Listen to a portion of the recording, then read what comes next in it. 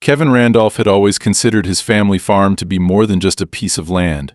For over a century, it had stood as a testament to the resilience and determination of his ancestors, who had carved out a living through hard work and sacrifice. Nestled on the outskirts of a small rural town, the farm was surrounded by rolling fields of wheat and corn, a small creek that wound its way through the property, and a sturdy farmhouse that had been passed down through generations. For Kevin, this land wasn't just home, it was his legacy, a place that connected him to his family's history and his identity. Life on the farm was simple but demanding. Kevin spent long days tending to the crops, repairing equipment, and making sure the animals were fed and cared for.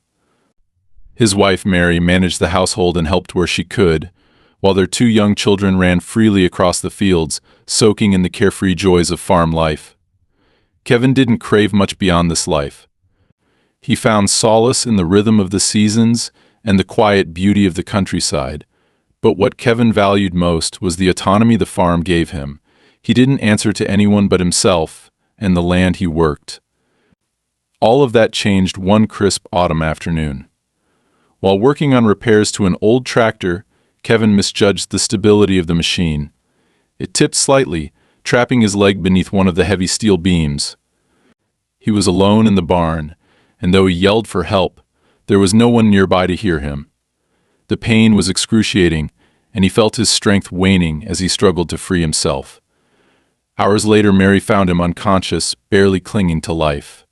She immediately called for an ambulance, and Kevin was rushed to the nearest hospital. The injuries were severe. Kevin's leg was shattered, and he had lost a significant amount of blood. Complications arose during surgery, and doctors had to put him into a medically induced coma to stabilize him. The family was thrown into turmoil. Mary, who had relied on Kevin to manage most aspects of the farm, now found herself overwhelmed by the dual responsibilities of caring for her children and trying to keep the property afloat. As the weeks turned into months, the pressure mounted. Bills began to pile up, and Mary found herself fielding calls from local officials about property taxes and other fees she'd never dealt with before. One day, a sharply dressed man knocked on her door, introducing himself as Victor Burke, a representative from a local community council. He spoke in a polite but assertive tone, offering to relieve her of some of the burdens she faced by helping her transition the property into a community resource. Mary, confused and exhausted, asked for clarification, but Victor's answers were vague, peppered with legal jargon and assurances that everything would work out for the best. She refused to sign anything, but Victor didn't seem fazed. He left her with a stack of documents and a condescending smile, telling her to call when she was ready to do the smart thing. Over the next several weeks, strange things began to happen. Surveyors started showing up unannounced, walking through the fields and taking measurements. Mary confronted one of them, but the man simply showed her a permit and claimed he was working under the council's authority. Notices began arriving in the mail, with bold red letters stating that certain parts of the property were being reassessed. Mary was too overwhelmed to fight back. She focused on visiting Kevin in the hospital and ensuring their children were cared for. But beneath the surface, a storm was brewing. 3 months after the accident, Kevin finally woke up. The moment he opened his eyes, he knew something was wrong. Mary's face was etched with worry, and though she tried to put on a brave front, her voice trembled as she explained what had happened. She told him about the strange visits from council representatives, the surveyors, and the notices. But the final blow came when she described what had occurred just weeks earlier. A demolition crew had arrived without warning and torn down the farmhouse. She had tried to stop them, but they showed her an official-looking document authorizing the destruction. It cited eminent domain and declared the land as community property. Mary and the children had been forced to leave, taking refuge in a small rental house on the edge of town. Kevin listened in stunned silence, his body weak from months of immobility, but his mind racing with anger and disbelief. His home, the land that had been in his family for generations, had been stolen while he lay helpless in a hospital bed. When he was strong enough to leave, Mary took him to see what had become of the farm. As their car approached the property, Kevin felt a knot tighten in his stomach. The fields were still there, but the farmhouse, the barn, and the sheds were gone. In their place stood construction equipment, temporary fencing, and signs declaring the area a restricted zone. Kevin stepped out of the car and stared at the scene, his fists clenched at his sides. He noticed a sleek black SUV parked near the construction site. A man in a suit was talking to a group of workers, gesturing toward the land. Kevin recognized him immediately. It was Victor Burke. The sight of him made Kevin's blood boil, but his injured body prevented him from acting on his anger. Instead, he turned to Mary and said, "This isn't over. I'm getting our land back." Thus began Kevin's fight to reclaim not just his property but his family's legacy. The path ahead would be fraught with challenges, deceit, and danger, but Kevin was determined. The farm was more than land to him. It was his life, his history, and he wasn't about to let anyone take that away. When Kevin finally returned home from the hospital, he was a shadow of the man he used to be. Months of immobility had left him weak, and even the smallest tasks felt like monumental challenges. Despite his determination to recover quickly, he could tell that Mary was holding something back from him. She had been supportive and kind, but there was a tension in her voice and a hesitation in her eyes whenever they talked about the farm. Kevin chalked it up to the stress of his absence, but deep down he knew there was more to the story. It wasn't until the day she took him to see the farm that the full extent of the damage hit him. As they drove down the familiar dirt road, Kevin noticed immediately that something was wrong. The large oak trees that had lined the entrance for decades were gone, their stumps jagged and raw. The air smelled of diesel and disturbed earth, and as the car came to a stop, Kevin's breath caught in his throat. The farmhouse was gone, reduced to nothing but a patch of scorched earth. The barn, the shed, even the old windmill that had stood as a landmark for miles around everything had been wiped away. In their place were massive machines, bulldozers, excavators, and construction vehicles. Fencing surrounded the property, and bold red signs read "Restricted Area, No Trespassing." Kevin gripped the door handle tightly as his pulse quickened. He barely had the strength to step out of the car, but the anger boiling inside him gave him enough energy to stumble toward the gate. Mary called after him, begging him not to overexert himself, but Kevin couldn't hear her. He was focused on the scene before him, on the destruction of everything his family had built over generations. Standing near the center of the site, surveying the land like a conqueror admiring his spoils, was Victor Burke. He wore the same smug expression Kevin had seen in Mary's description, the kind of expression that made Kevin's fists itch. Victor was talking to a group of workers, pointing to different areas of the property as if he were giving orders. Kevin shouted his name, his voice hoarse but filled with rage. Victor turned slowly, his face breaking into a practiced, insincere smile. "Mr. Randolph," he said, walking toward the gate, "you're up and about. I heard about your accident.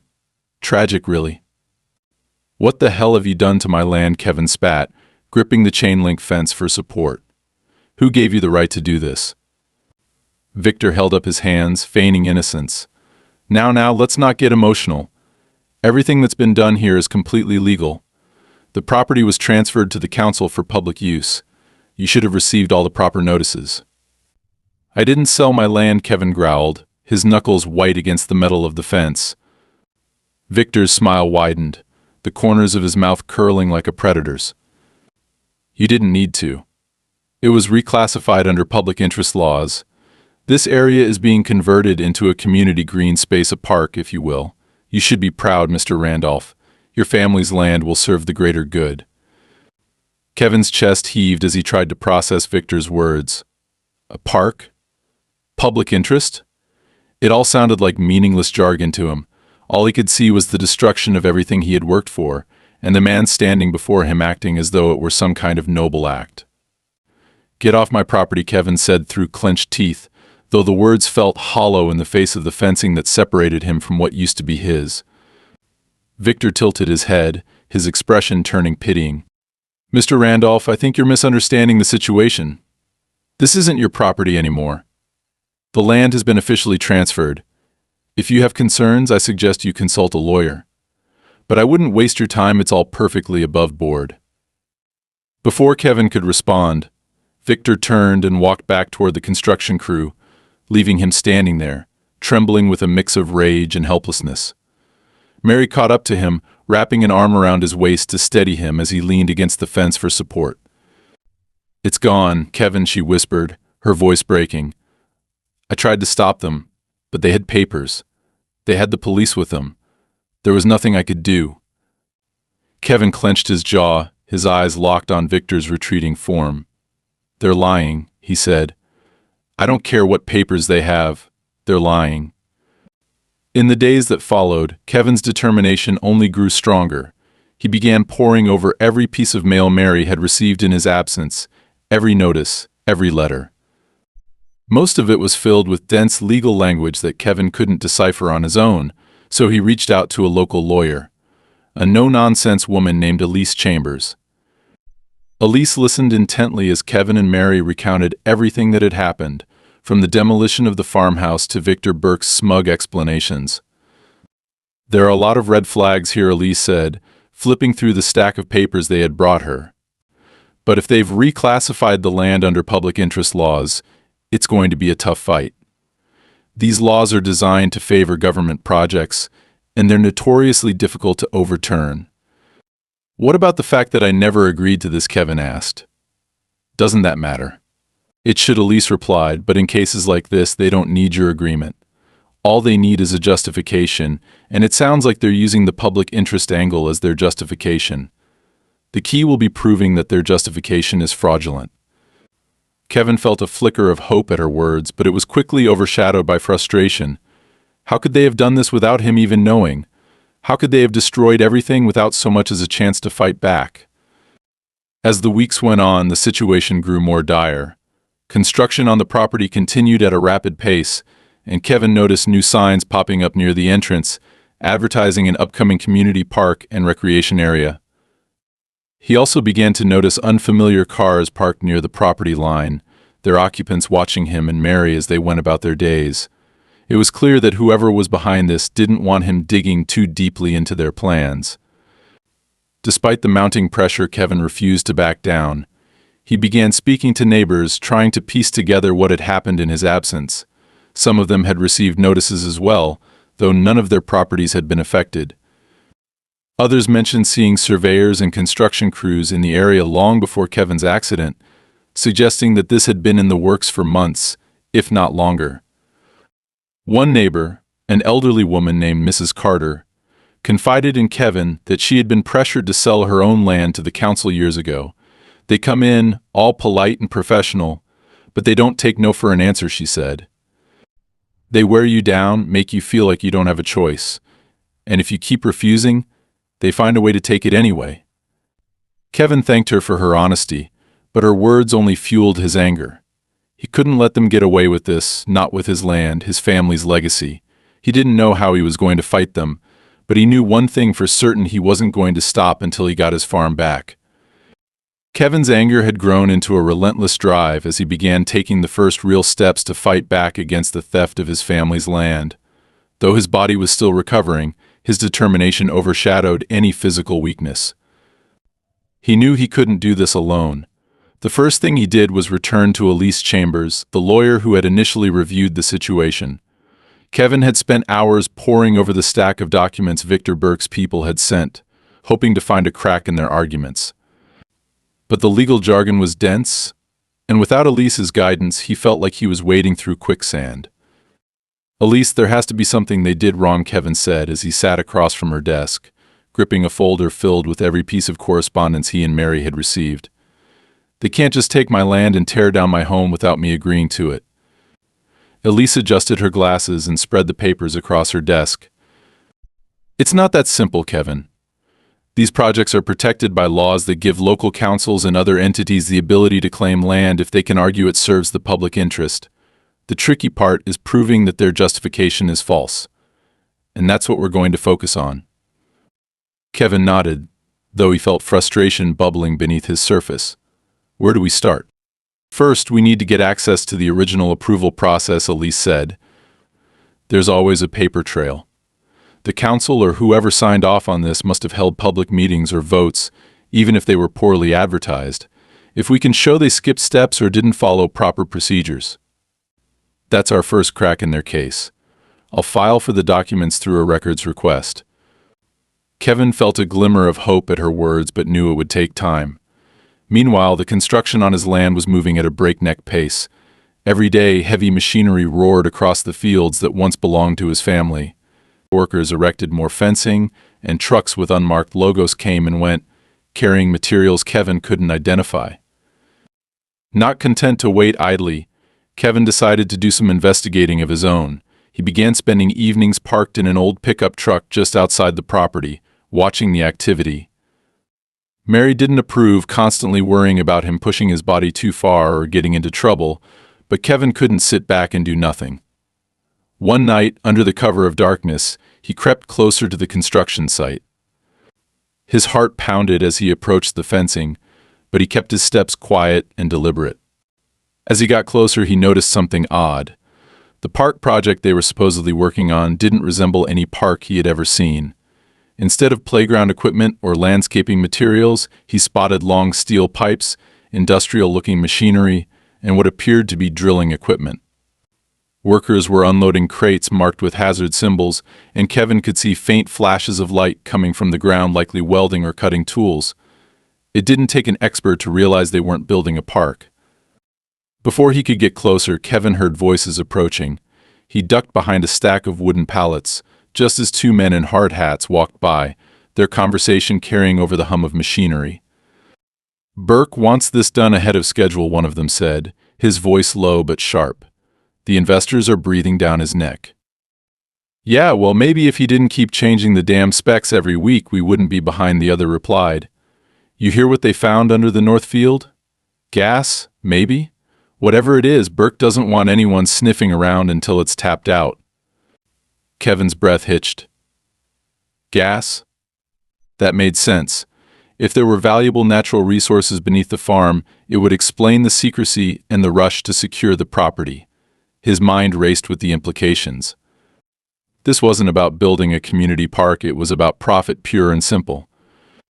As the men walked away, Kevin slipped back toward his truck, his heart pounding from both exertion and the weight of what he'd just learned. He needed evidence to prove what was really happening. Words wouldn't be enough. The next morning, Kevin shared his findings with Elise. She listened intently, her pen moving quickly across her notebook. If they're drilling for gas or any other resource, they're required to disclose that as part of their project's environmental impact study, she said. If they've omitted that information or hidden it under the guise of a park project, we've got them. "Can we file something to stop them?" Kevin asked. "Not yet," Elise replied. "We need proof documents, photographs, anything that ties them to this resource extraction plan. Otherwise, they'll just deny it and spin the narrative back in their favor." Kevin left Elise's office feeling both encouraged and frustrated. He had a lead, but he knew getting concrete evidence would be risky. He couldn't just walk onto the property and start taking pictures. They'd beefed up security since his last visit, and the workers weren't the only ones on site anymore. Kevin had noticed men in plain clothes with earpieces patrolling the area, watching everything with hawk-like intensity. Still, he couldn't let that stop him. A few days later, he enlisted the help of his longtime friend John Miller, a local contractor who had experience dealing with large-scale construction projects. John wasn't thrilled about getting involved but agreed to help when Kevin explained what was at stake. Together, they devised a plan to get a closer look at the activity on the property. John borrowed a drone from a friend, one equipped with a high-resolution camera. Under the cover of darkness, they launched it from a hill overlooking the farm. The drone buzzed quietly as it flew over the fence, its camera capturing images of the machinery, the crates, and the strange activity happening on the ground. Kevin and John watched the live feed on a tablet, their suspicions confirmed as they spotted large tanks labeled with chemical names and workers assembling what looked like a drilling rig. The footage was damning, but Kevin knew it wouldn't be enough on its own. They needed to connect the operation to Victor Burke and the council. That's when John suggested another idea. "Burke's not doing this alone," John said. "There's no way he's funding something this big out of his own pocket. If we can find out who's backing him, we'll know who's really pulling the strings." Kevin agreed, though the thought of taking on not just Burke but potentially a major corporation made his stomach churn. He wasn't a businessman or a lawyer, he was a farmer. But this was his land, his home, and he wasn't going to let them take it without a fight. Over the next week, Kevin and John dug deeper into Burke's connections. They searched public records, combed through business filings, and even reached out to a few contacts John had in the construction industry. What they uncovered was shocking. Burke had partnered with an energy company known for controversial drilling projects in rural areas. The company had a history of disguising their operations under false pretenses, often claiming to be building parks or other community spaces while secretly extracting resources. With this information in hand, Kevin returned to Elise. She was visibly impressed by what he and John had uncovered. "This changes everything," she said. "If we can link Burke's council decisions to this company, we can prove that the land was taken under false pretenses. But it's going to be an uphill battle. They'll fight us every step of the way." Kevin nodded. He was ready for the fight. For the first time since waking up in the hospital, he felt like he had a chance, a slim one, maybe, but a chance nonetheless. The stakes were higher than ever, but Kevin knew one thing for certain: he wouldn't rest until he reclaimed what was his. Kevin sat at Elise's desk, staring down at the file she'd compiled with the evidence he and John had gathered. The photos from the drone, the environmental reports they'd dug up, and the connections to the energy company all painted a damning picture. Elise's words echoed in his mind, "This changes everything," but even with this evidence, Kevin knew they were far from victory. The energy company was powerful, well-funded, and had likely done this sort of thing before. If they wanted to push back, they'd do it with everything they had. As Elise organized the paperwork into a coherent timeline, she laid out the strategy. "The key here is timing," she explained. "We can't just throw all this evidence at them and hope they back down. They'll try to bury us in legal delays and countersuits. We need to hit them where it hurts their public image and their investors. If we can prove this project is not only illegal but also destructive, we can force them to stop." Kevin listened intently, but his mind was already racing with thoughts of what might happen if this plan didn't work. He thought about Mary and the kids, staying at her sister's house while he fought this battle. He thought about the years of work his family had poured into the land and the legacy he was trying to protect. There was no room for failure. Elise suggested a bold move, filing for an injunction to halt construction immediately. "If we can prove imminent environmental damage, we might be able to get a judge to issue a stop work order while the case is reviewed," she said. "But to do that, we'll need stronger evidence, something indisputable. Those drone photos are good, but they'll argue they don't show anything illegal." Kevin thought for a moment, then remembered something John had mentioned during one of their late-night strategy sessions. "The workers," Kevin said. "They talk like they know what's going on. I've overheard them mentioning deadlines and investors. What if we could get one of them to talk?" Elise's expression darkened. "That's risky," she said. "If someone on the inside agrees to speak, it would be a game changer, but it also puts them and you at risk. People who work on projects like this don't usually step forward unless they have a very good reason." Despite the risks, Kevin couldn't shake the feeling that this was their best shot. Over the next few days, he and John began observing the construction site more closely, watching the workers as they came and went.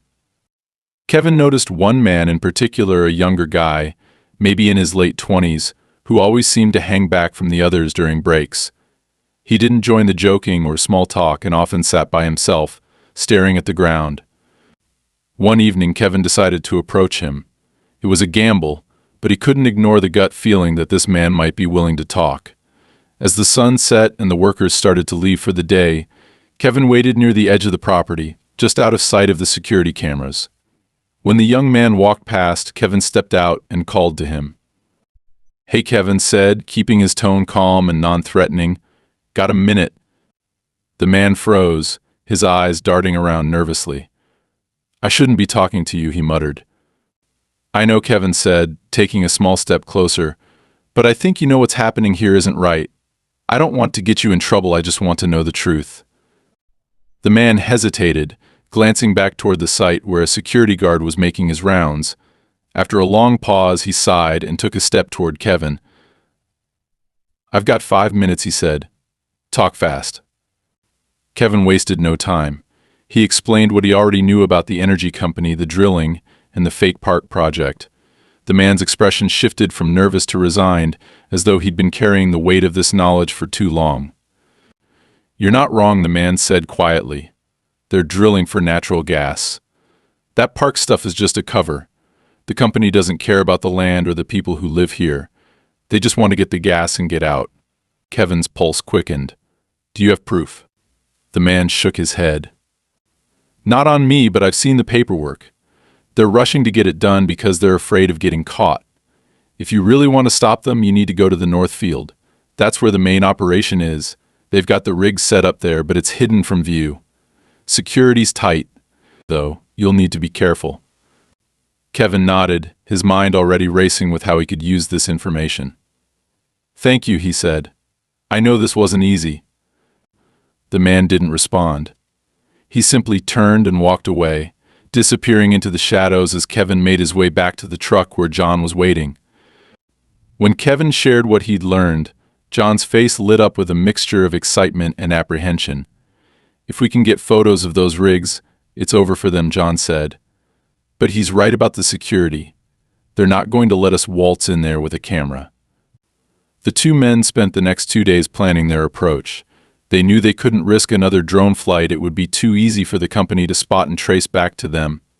Instead, they decided to go in on foot, using the cover of darkness to get as close as possible to the North Field. The night of the operation was tense.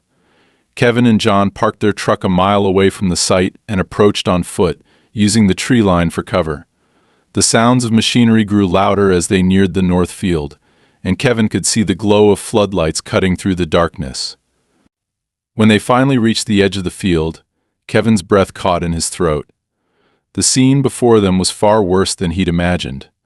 Massive drilling rigs loomed over the landscape, their metal arms reaching into the earth like invasive claws. Workers moved frantically, operating machinery and loading trucks with what looked like soil samples. Nearby, a series of large tanks were set up, with hoses snaking between them and the rigs. Kevin could feel the vibrations in the ground beneath his feet as the drills bored deeper into the earth. John pulled out a small camera and began taking photos, his hands steady despite the tension in the air. Kevin kept watch, scanning the area for any signs of security. They had just about finished when a voice barked from behind them. "Hey, what are you doing?" Kevin and John spun around to see two security guards approaching, their flashlights cutting through the darkness.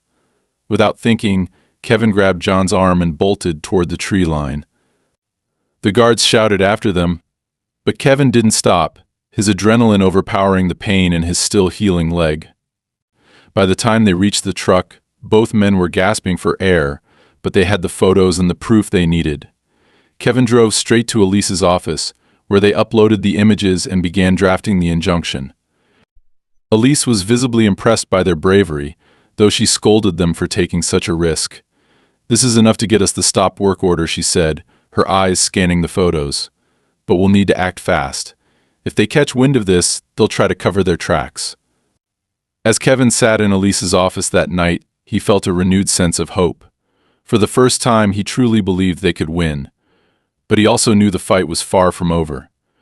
The energy company wouldn't back down without a fight, and Kevin was prepared to face whatever came next. This was his land, his family's legacy, and he would stop at nothing to protect it. Kevin thought the photographs of the drilling rigs and chemical tanks would be the turning point, the moment when the energy company would finally be forced to back down. But as the days passed, he realized just how entrenched and ruthless they were. Elise had filed the injunction, and while a judge granted a temporary stop work order, it didn't halt the broader campaign against him. If anything, it seemed to provoke the company and their enforcers into escalating their tactics. It started small, almost as if they wanted Kevin to question whether he was imagining things. One morning he woke up to find his truck's tires slashed, the deep gashes too precise to be random. A few days later, the back fence at the temporary house where Mary and the kids were staying had been kicked in, as though someone wanted to remind them they could reach them anywhere. Mary was visibly shaken, and Kevin knew it was only a matter of time before the harassment turned into something more direct. What made it worse was that the security presence around the farm site had only increased. When Kevin drove by, he noticed more guards patrolling the perimeter, armed this time, with their hands resting casually on holstered weapons. The company wasn't just protecting their operation, they were sending a message. One night, after a particularly tense meeting with Elise about the next steps in their legal battle, Kevin returned to his rental house to find a thick envelope wedged under the door.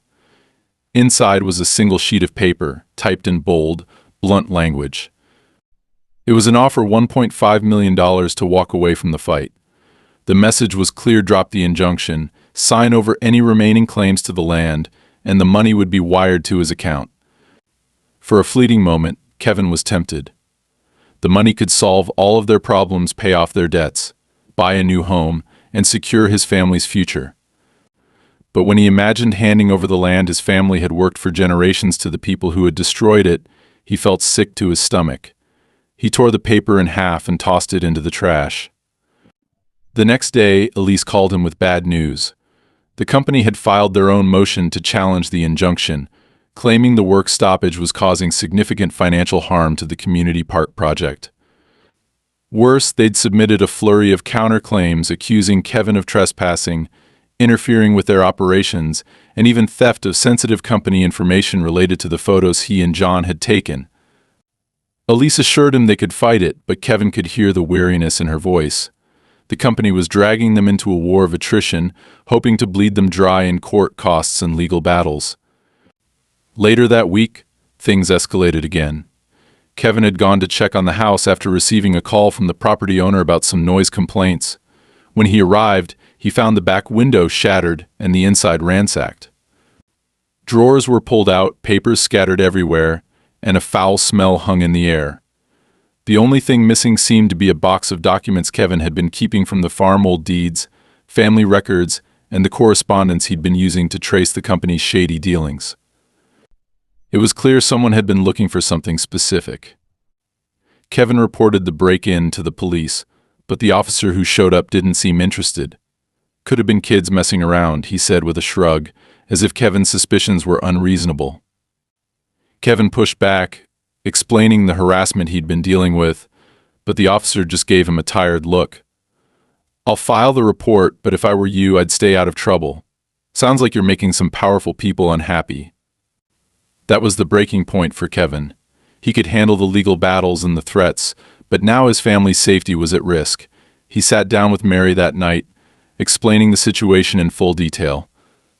She listened quietly, her hands gripping a mug of tea, as though it were the only thing keeping her grounded. When he finished, she took a long breath and said, "We can't keep living like this. The kids are scared, Kevin. I'm scared. I don't know how much longer I can do this." Kevin nodded, his heart heavy. "I know. I'll figure something out." The next day, Kevin met with John and Elise to discuss their next move. John, always the pragmatist, suggested striking back. "If they're going to play dirty, maybe it's time we do the same," he said. "We need to put pressure on them, make it harder for them to operate." Elise frowned. "We have to be careful. If we do anything illegal, it'll hurt our case." Kevin considered their words, weighing the risks. Then he remembered something the young worker at the site had said: the North Field was where the main operation was happening, but it wasn't the only location. There were secondary sites scattered across the property, hidden from plain view. If they could find those sites and document what was happening, it might give them more leverage. That night, Kevin and John set out again, armed with flashlights, cameras, and a sense of purpose. They avoided the main site, instead circling around the property to search for the secondary locations.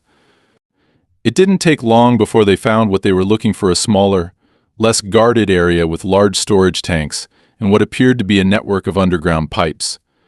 Kevin took as many photos as he could, focusing on the markings on the tanks and the equipment. One of the labels caught his eye, a warning about chemical runoff, accompanied by the name of a contractor linked to multiple environmental violations in the past. As they worked, Kevin noticed something strange. The ground around the site felt soft, almost spongy, as if it had been recently disturbed. He knelt down, brushing away some of the dirt with his hands, and uncovered a layer of damp, oily residue. The smell was sharp and chemical, burning his nose and throat. "They're dumping something here," Kevin said, his voice low and urgent. This isn't just about gas. They're poisoning the land. Before they could investigate further, headlights appeared in the distance. Kevin and John quickly retreated into the tree line, watching as a truck pulled up to the site. Men in reflective vests climbed out, unloading barrels and equipment. Kevin clenched his fists, anger and frustration coursing through him. He wanted to stop them, but he knew he couldn't. Not yet. The next morning, Kevin brought the photos and soil sample to Elise. Her face hardened as she examined the evidence. "This is it," she said. "This proves they're violating environmental laws. If we can get this to the right people, we can shut them down for good." But before they could act, the company made its next move.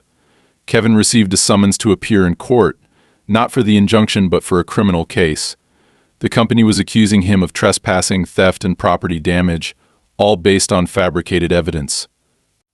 Elise was furious, but Kevin felt the weight of the situation settle on his shoulders. The company wasn't just trying to win, they were trying to destroy him. As Kevin prepared for what would undoubtedly be the hardest fight of his life, he resolved to keep pushing forward. They had crossed every line, and now it was his turn to push back. He wasn't just fighting for his land anymore, he was fighting for his family, his community, and the truth. No matter what it took, he wouldn't let them win. The courtroom was tense as Kevin sat at the defendant's table, his fists clenched tightly under the desk. Across the aisle, the company's representatives, led by Victor Burke, exuded an air of smug confidence. They were surrounded by a team of high-powered lawyers, their briefcases packed with documents designed to bury Kevin under an avalanche of legal arguments. But Kevin wasn't alone. Elise sat beside him, calm and composed, while John and Mary sat in the gallery behind him, their presence a silent show of support. The case had become a high-stakes battle. The company's fabricated charges against Kevin trespassing, theft, and property damage were meant to discredit him and paint him as a desperate man lashing out. Elise had warned him that this was their tactic: shift the narrative to make Kevin look like the aggressor. But Kevin had his own weapon, the evidence they had gathered, proof of the company's illegal activities and environmental violations. As the hearing began, the company's lead attorney took the floor, delivering a polished argument about how Kevin's actions had disrupted a vital community project and endangered workers. The accusations were wrapped in legal jargon, but the intent was clear: they wanted to paint Kevin as a troublemaker, a man who couldn't let go of the past.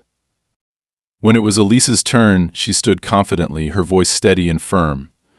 "This case isn't about community projects or trespassing," she began. "This is about a corporation exploiting the public trust to line its pockets. My client's land was taken under false pretenses, and what the company is doing is not only unethical but illegal." She laid out the evidence systematically. First, she presented the photos Kevin and John had taken, showing the drilling rigs, chemical tanks, and storage sites scattered across the property. Then she introduced the soil samples, which had been analyzed by an independent environmental firm. The results were damning: hazardous chemicals were leaching into the ground, contaminating the land and water supply. Finally, Elise brought in the most critical piece of evidence: the testimony of the young worker Kevin had spoken to. The man, appearing visibly nervous but resolute, described how the company had disguised its true intentions, using the pretext of a community park to gain access to the land. He detailed the drilling operations, the pressure to meet deadlines, and the orders to ignore environmental protocols. His testimony was the crack in the company's facade, and Kevin could see the discomfort on Victor Burke's face as the worker spoke. Burke's lawyers attempted to dismiss the claims, arguing that the company had followed all legal procedures and that any contamination was incidental and would be remedied. But Elise wasn't finished. She pulled out a final document, a leaked internal memo from the energy company, which outlined their strategy to rush the project before regulatory agencies could intervene. The memo mentioned Kevin's farm specifically, identifying it as a critical site for their operations and detailing plans to suppress local opposition. The courtroom erupted into murmurs as the memo was displayed on the screen. Elise drove her point home. This company didn't just take land, it endangered the health and safety of an entire community. They've lied, manipulated, and destroyed everything in their path, and they cannot be allowed to continue.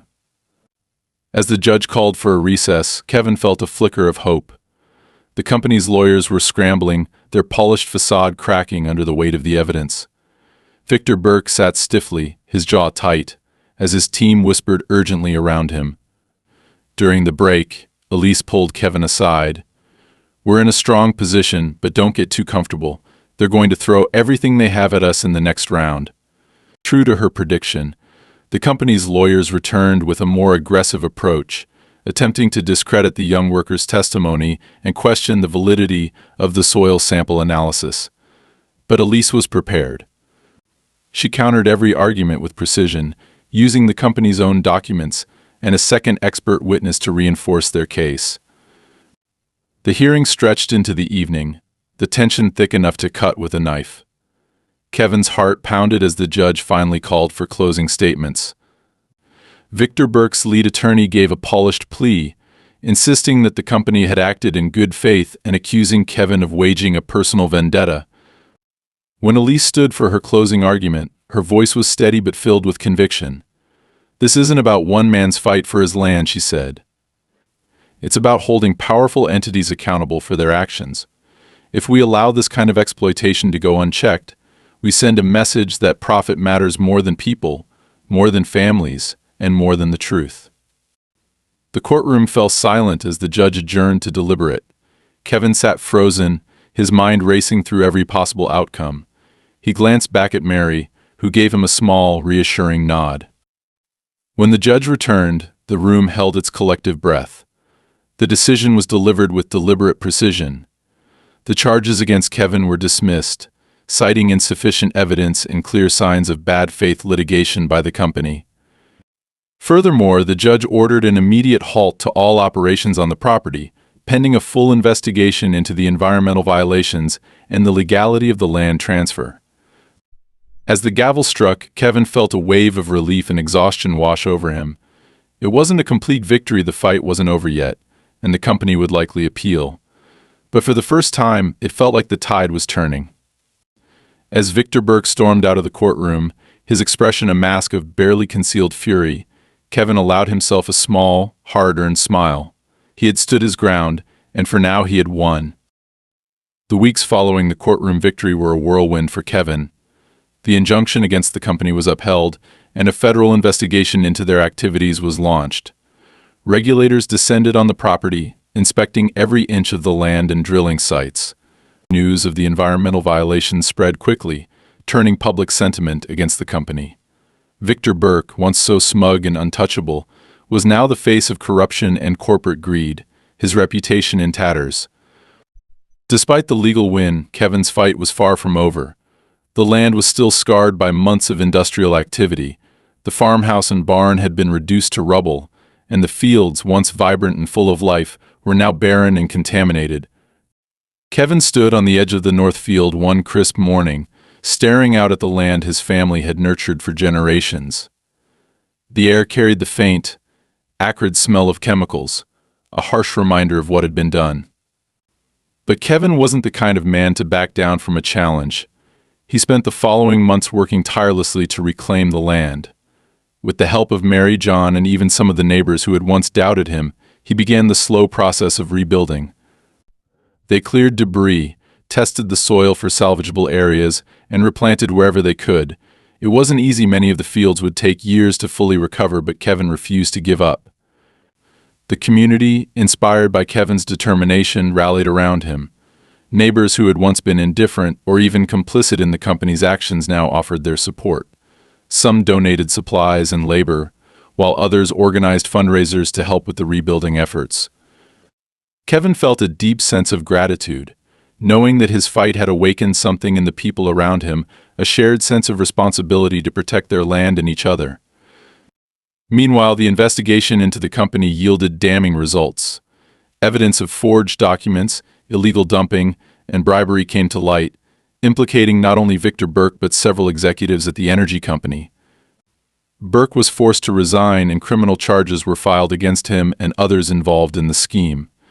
The company faced massive fines and was ordered to fund the environmental cleanup of Kevin's farm and the surrounding area.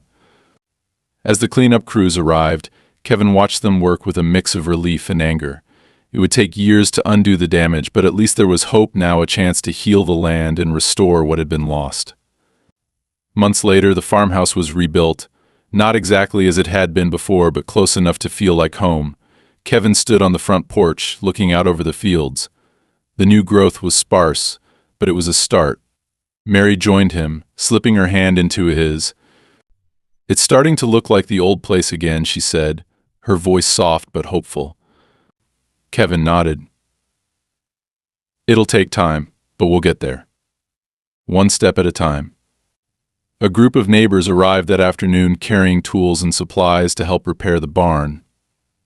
Kevin smiled as he watched them work, feeling a sense of unity that hadn't existed in the community before. His fight had been about more than just his land. It had been about standing up to greed and corruption, about proving that even ordinary people could make a difference when they refused to back down. That night, Kevin and Mary sat with their children around the dining table, sharing a simple meal. The laughter and warmth in the room reminded Kevin of what he had been fighting for all along. The farm was more than just land, it was family, history, and resilience. And though the scars of the battle would always remain, Kevin knew they had emerged stronger. As he looked out the window at the stars overhead, Kevin felt a quiet sense of triumph. His family's legacy was intact, and for the first time in months he felt at peace. They had survived the storm, and now it was time to rebuild not just the farm, but the life they had fought so hard to protect.